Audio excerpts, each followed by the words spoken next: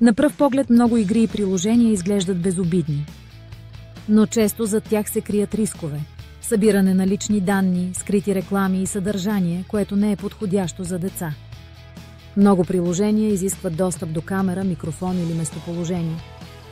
За едно дете това може да изглежда като обикновена стъпка при инсталиране, но реално означава споделяне на лична информация с непознати. Друг риск са скритите покупки. Без родителски контрол детето може да похарчи пари само с едно натискане. Какво да направим? Проверявайте възрастовия рейтинг на приложенията, настройте профилите в детски режим и говорете с децата за това, кое е безопасно да споделят и кое не. Дигиталната безопасност започва с малки стъпки, информираност и родителски контрол.